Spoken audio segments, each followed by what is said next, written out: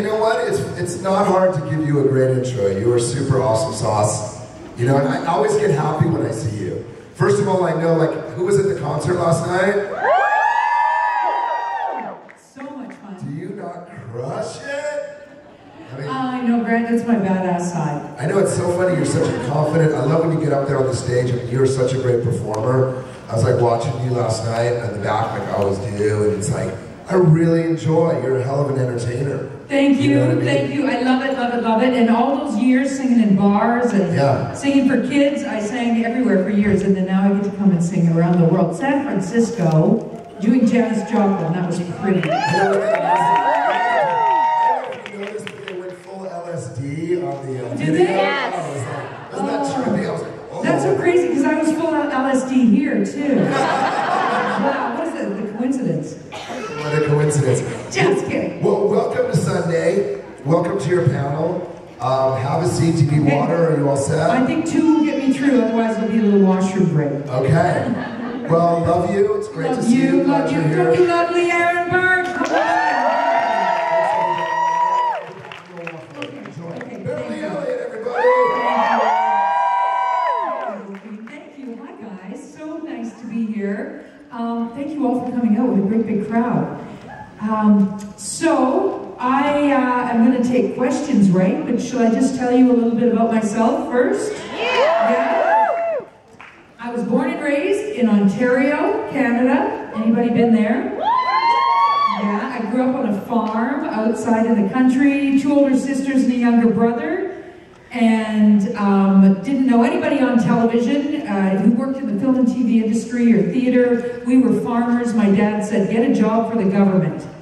And either that or be a nurse or a teacher. Those were the only choices. So all my life I had this secret wish that I could be on TV or that I could stand in front of people and sing songs. And I didn't tell anyone until I was 23 years old. And I left home, and I went all the way across the country to Vancouver. And when I got there, I saw an ad in the paper that said, we're looking for actors to do TV commercials. And I thought, oh, I could do a TV commercial. And so I went down to this little studio, which ended up being, it was a complete farce. They said, they didn't even mention the TV commercials. They just said, do you want to sign up and take our hour to spend money? But I ended up having a great acting teacher. And I found my tribe, I guess. Some of the people that were in that class with me, I'm still friends with today, which is so cool, because that was the first group of people where I stepped outside and went, okay, this is who I really am. This is the kind of world that I want to live in. I want to be with creative people, using their imagination, expressing, connecting, engaging. And so from there on in, I just started working and stayed in the business ever since. I had my first agent, didn't have any teeth at all. I don't think he could afford them.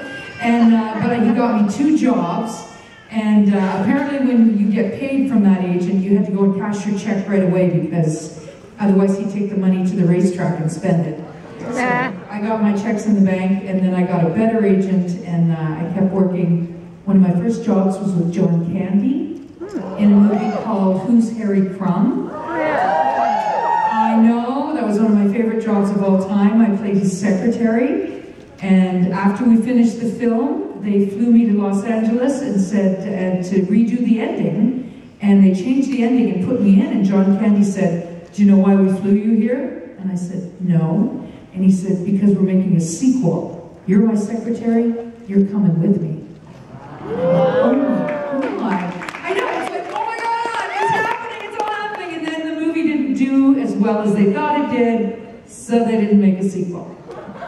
Anyway, and then God rest John Candy's poor soul, because we lost him at age 42, which is so young, now that I am well beyond that age. One more big highlight I'll share with you, and then we'll get to some of your questions, because I know you're lined up, is in 1991, I got to do a movie with Clint Eastwood called Unforgiven.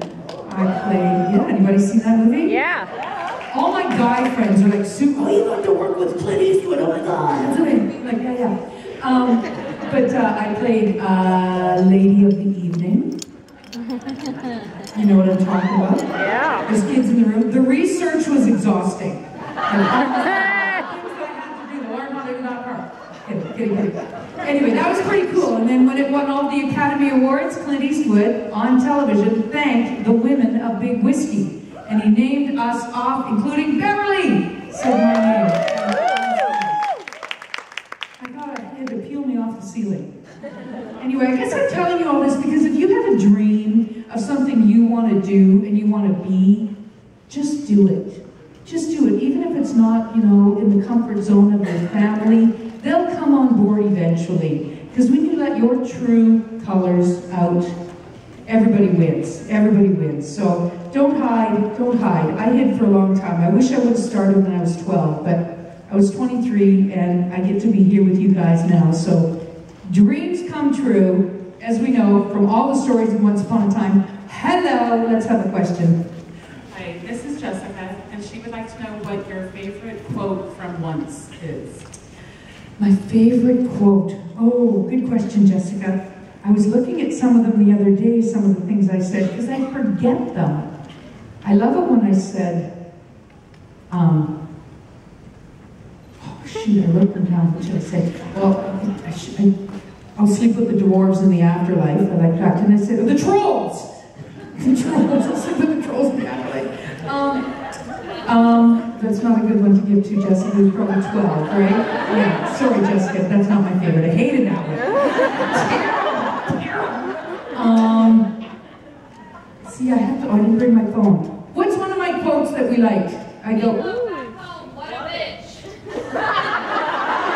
She's 12. How old are you, Jessica? 17. Meatloaf back home. What a bitch. Thank you, Jessica. Sorry for swearing at you. I like to sit here. Yeah, I meant to read over my quotes because honestly, you get to my age, things fly over your head. Anyway, are all the questions on? Well, we're on over here. Thank you. Hi, my name is Zemfira from Hi. Sacramento. Just want to say it's been a delight watching you as Granny. You're such a wonderful person and you have such an amazing voice. Thank you. I asked this question to the World crew. If they had a love interest, who would they choose? And Smee said Granny. I want to know how you Smee said Granny, did he? Yeah. I think that's what Captain Hook said too. Okay, in the storyline, I think it would make sense if Granny and Geppetto.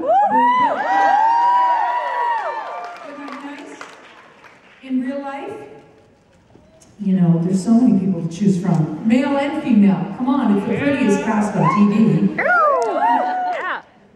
Geppetto. Thank you. Hi. Hi, my question just went away, but that's okay. Oh, I know, I can't remember anything. Hi, it's a fairy running by. People think fairies aren't real, but they're cute. We talked about you buying grannies when we were in Vancouver. Do you know how crazy, wonderful that idea has gone through everybody at this point now? We loved it. So, Has anything happened, is what you're asking? no, I'm asking, yeah, do you think that maybe, you know? We're talking about the actual restaurant in Steveston that they used to film Grannies. At one point it was for sale. Now, I don't know if it is still for sale. No, there's a young family that's in there, but I mean, you came up We can get rid of so them. many- I know people. I know people. Robert Carlyle knows people. It was so much fun talking to you about it, and all of us together, and we were in a crowd thing like this. Yeah, I know, it was in Vancouver. Well, and wouldn't it be fun if I bought Grannies? Yeah! Changed the menu, named everything after people on the show, had an open mic, we have songs and singing. Yeah. If the dream is not dead, it's just not immediate right now. You got, I got Yeah, it's on my bucket list. I have to retire somewhere, why not Steveston? Granny will live forever somewhere. Hi.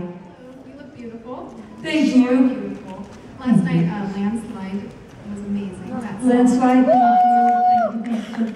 So your voice is so smooth and consistent, and it looks like you don't even have to try to get those notes out. Was it always that way, or did you have to work to that point?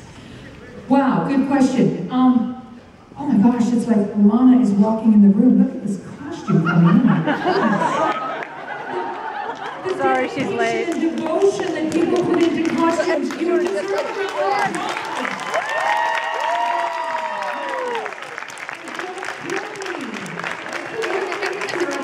Scared when I see her. I always, here's one of those things about following your dream that I just like to encourage people. When I was little, I always felt that I could sing and I had a voice, but I was too shy. I didn't share it, I didn't tell anybody. And it wasn't until I was in college with my girlfriends and we had a couple of drinks and they'd go, get up on stage and sing with the band.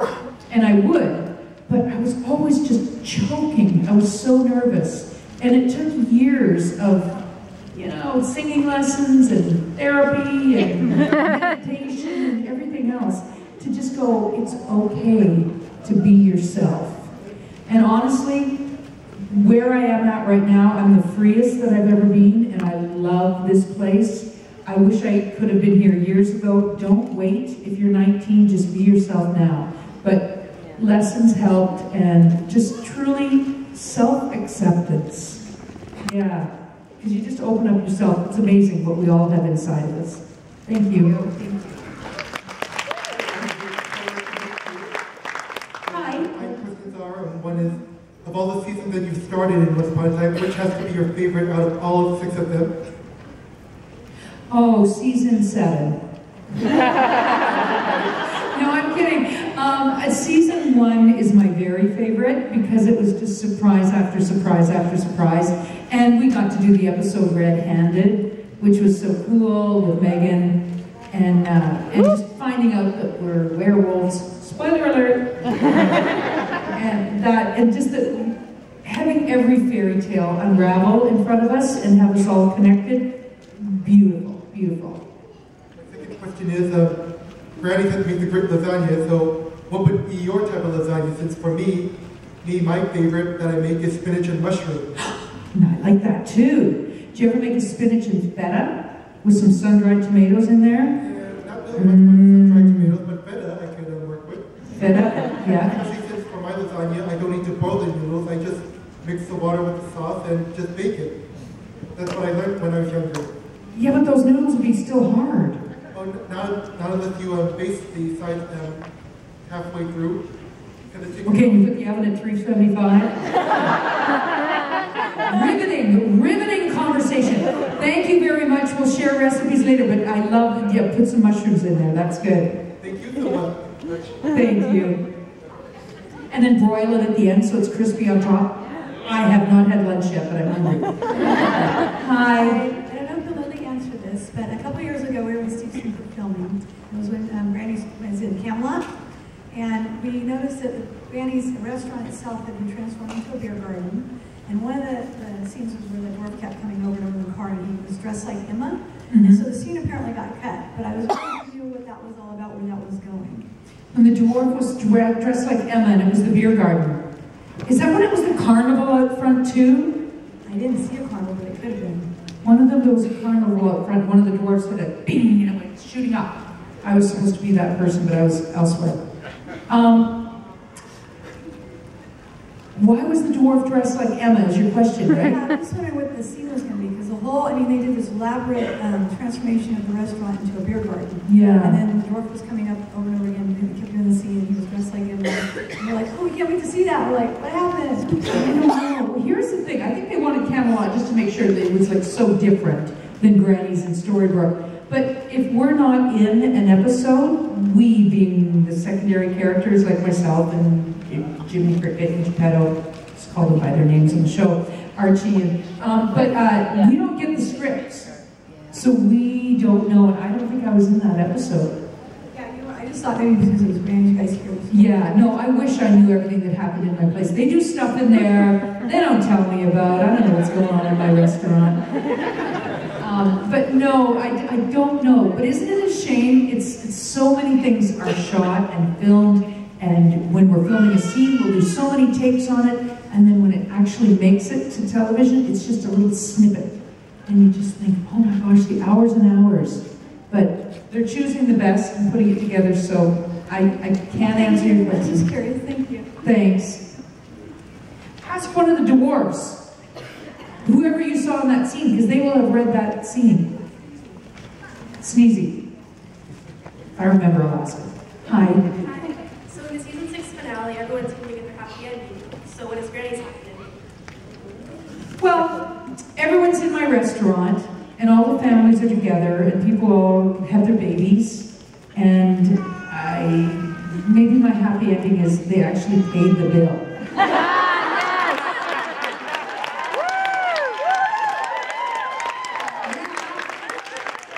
Somebody actually paid their bill. I'm running a tab for every single person in that town. Well, yeah, I think that's good, and maybe Geppetto. Thank you. Hi.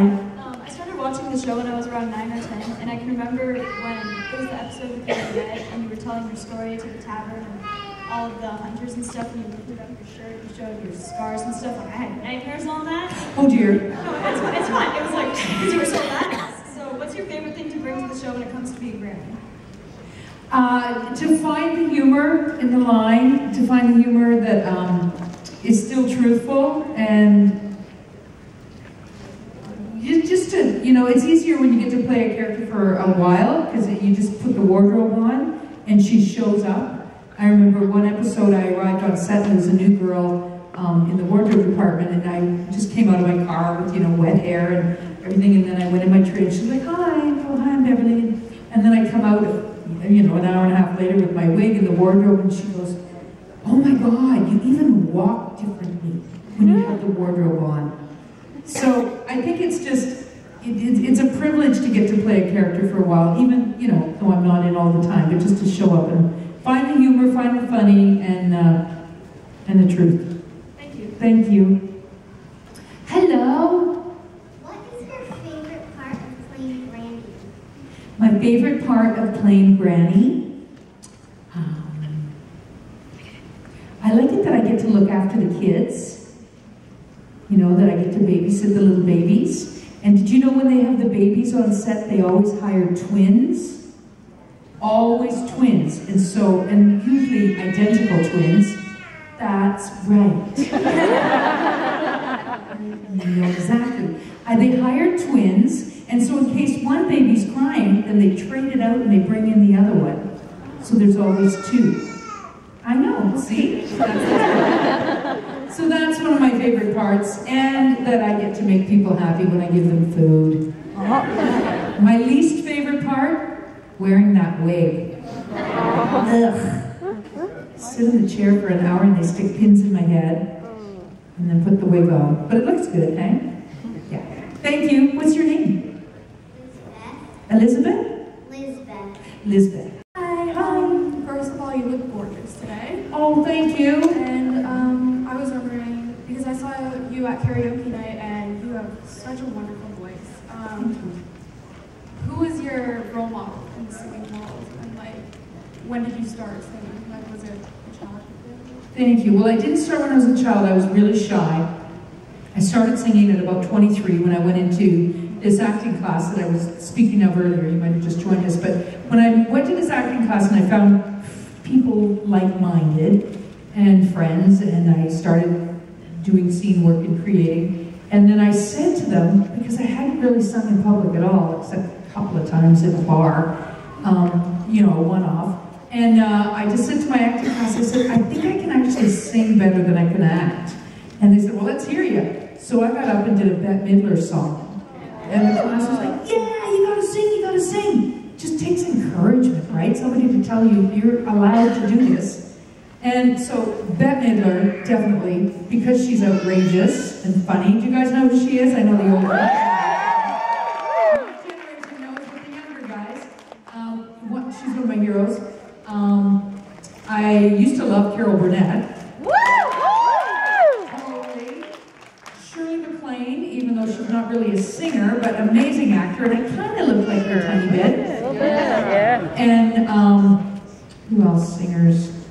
There's so many. I like Carole King. I like Adele.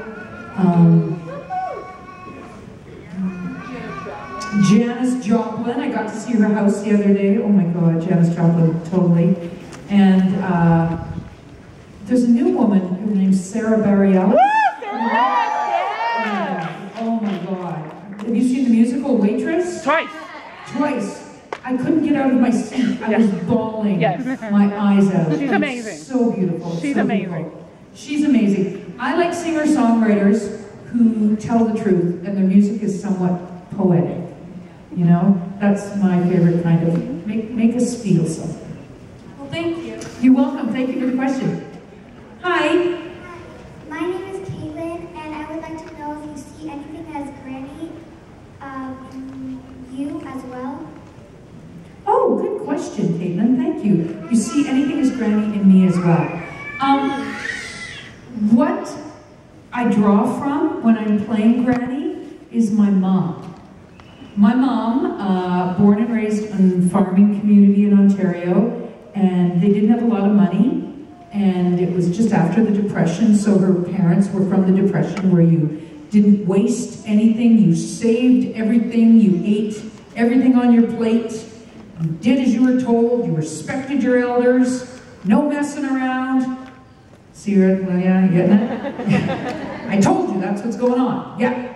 So my mom, heart of gold, but very firm and kind of bossy.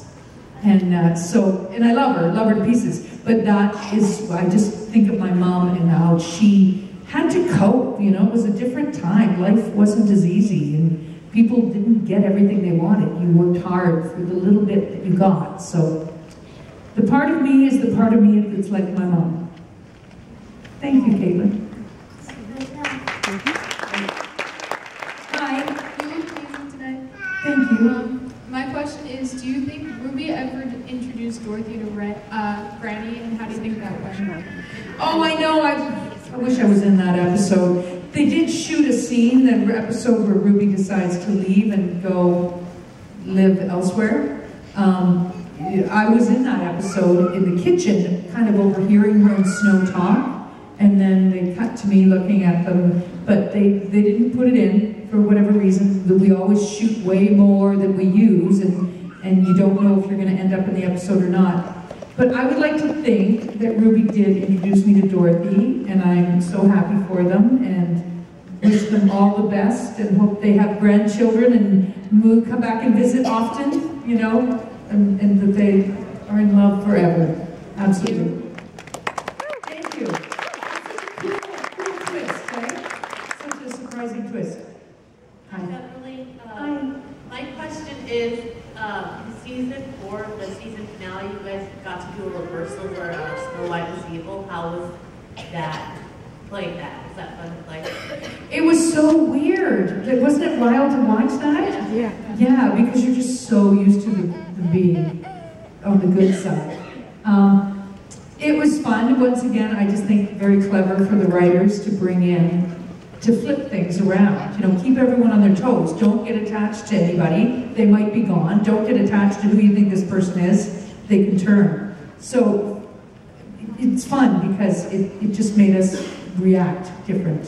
Does that answer your question? Hi. I wanted to know, whatever happened to the bed and breakfast that Granny had? That we saw in the pilot? Yeah, I know, because remember in the pilot, was that all your questions? Did I cut you off? Yeah. Okay. In the pilot, it was so dusty.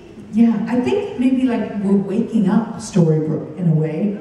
But we never went back to that much. But people stayed at Granny's, and we shot in the hallway there, and August stayed at my place. August! Yeah, he did.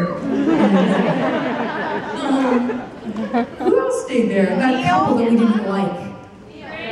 Neil? Oh yeah, Tamara and Gray. Tamara, yeah. They stayed in my place. I charged them double. Yeah. And other people stayed there, so it was still there. Yeah, we just never saw that lobby where I came in the pilot and I opened that book and there's dust and everything.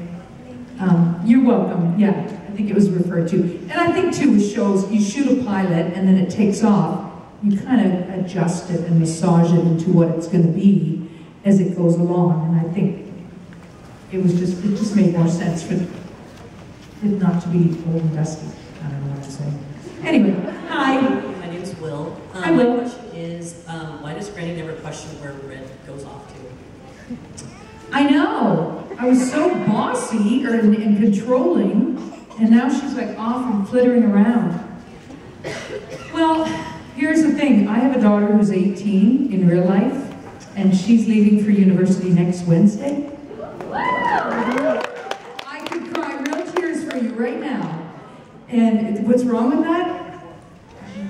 She's going to in Montreal. Yeah, so, and I live in Vancouver, so that's almost like San Francisco and Chicago. You know, it's, so I think she's just, and I notice she's separating from me, she's making her own decisions, she's so excited to get off and do her own life that she's forgetting to check in with me about things. I think it's just what happens. You know, I can't stand it, but I know it's a rite of passage, and all you moms have gone through that, dads. So I think she's just grown up, and I had to let her go. You're welcome. Hello. Hello. I hope you enjoyed San Francisco, touring around. I totally did. I went to a few neighborhoods. I love this city. I love this city. I have two questions. Okay. The first one is really easy. I just want to know which is your favorite song to sing all the time. Like, was one of your first that you always, when you sing, like, you just bring the throat up, like everyone dance. And the second question is, not counting Once Upon a Time, but what was your favorite acting job that you did? Any job that you've done, acting, that is not Once Upon a Time? What's your favorite? Wow, big questions. Favorite song? Well, right now, I write music, and I write songs. I have a new CD coming out very soon. It's almost done. It's half original and half other songs that you wouldn't know. They're written by local writers. And I also have a one-woman show that I've done. So selfishly, right now, my favorite thing is to do that one-woman show and to sing the songs that I've written inside of it, because they kind of just came as a gift. The show, I've got two of them, but the one I'm doing right now is called Sink or Swim, and it's stories of me as a young girl, and they're all true. And then I went to a one-room schoolhouse for grade 1. So I had one teacher, grade 1 to 8, all in one classroom. So there was bullies, and there was the strap, and spankings, and all this kind of, so different than what is allowed now. But so I tell stories from there, and I sing songs from there. And so that, to me, is just, nothing is more rewarding than just sharing this truth and then hearing people, you know, with feedback. But in the other world, I love singing, I sing All of Me. All of me, why not take all of me? Can't you see I love you? Take these hips, I want to lose them. Take these arms, especially this part right under here. I want to lose them, your goodbye leaves me with eyes that cry. So I love them, God. When we have the band, we're like, boop, boop, boop, boop, take all of me, oh baby. Like,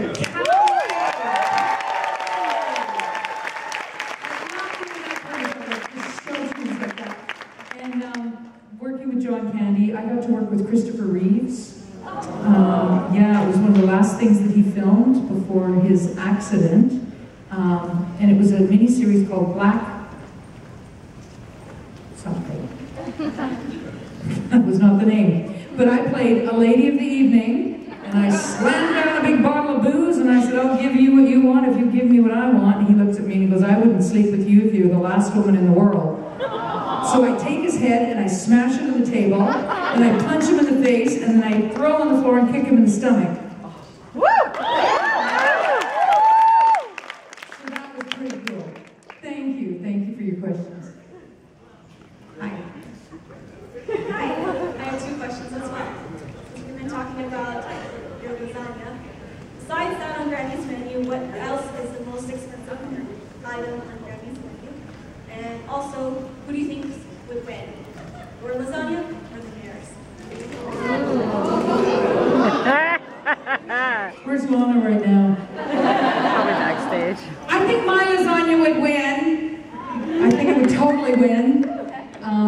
but she has more powers than I do, so she might fix it so hers wins.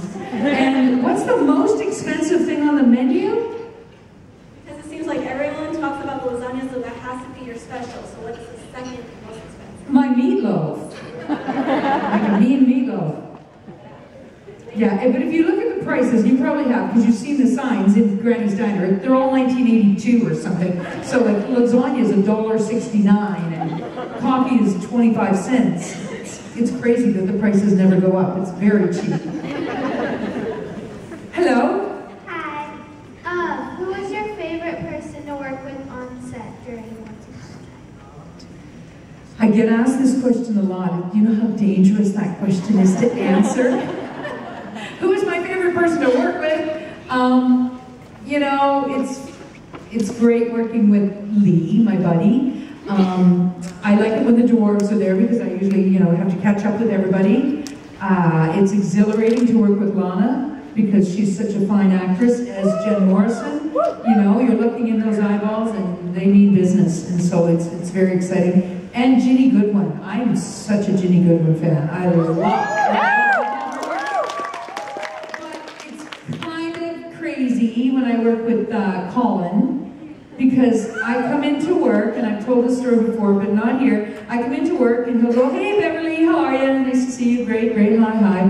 And then I go get my granny on, and he gets his Captain Hook on, and then we're on set, and he's like, "So Granny." He's all flirty with me. And it's like, I was the same person an hour ago. He's like, "Hi Beverly, how are you?" "So Granny, what's going on?" Every time. So, and I said, "Don't do that to me, you're making me blush." But he's powerful, that's why he's got the career he has, right? Because it's electric. Thank you. You're welcome, thank you for the question. Hi. In the musical episode, you had a scene where you kind of got terrorized by the evil queen. Yes. Wasn't Lana great in that scene, kicking everything over? Oh my God, that was like one step too far. Very fun. I didn't have to do anything. I didn't have to act. I just had to sit there because she was totally, you know, surprised me, showing up behind and everything. So very fun, very fun. And talk about professional. She had a lot of lyrics and a lot of choreography. 100% she had that down. I had to sit in the chair and rock. You know, I had that down. I rehearsed that all. Binge watching Netflix, I'm practicing for the show, yeah. But very fun, thanks. No? Okay, back over to you.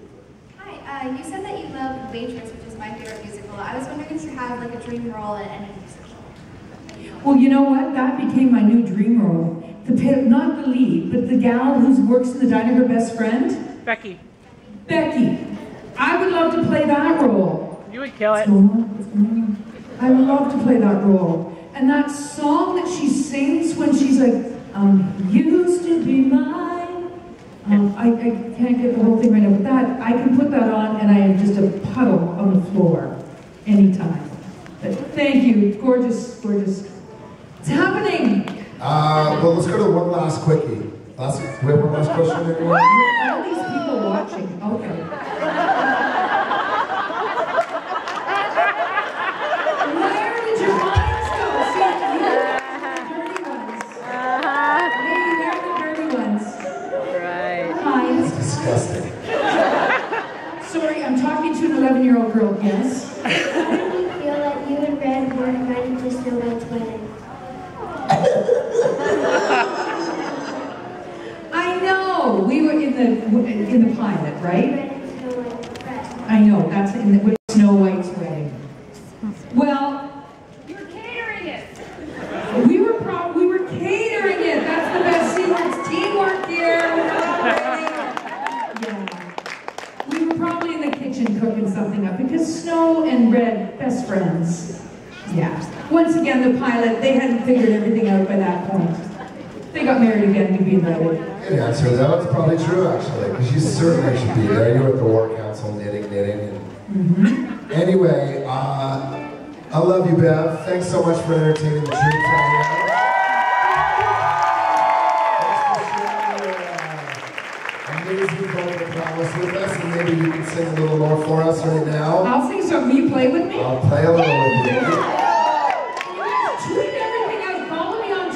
tweet stuff out. It's so fun. Yeah, we love that too. We love when you tweet us and we love all that interaction. So anyway, let's hear it for the great, our granny.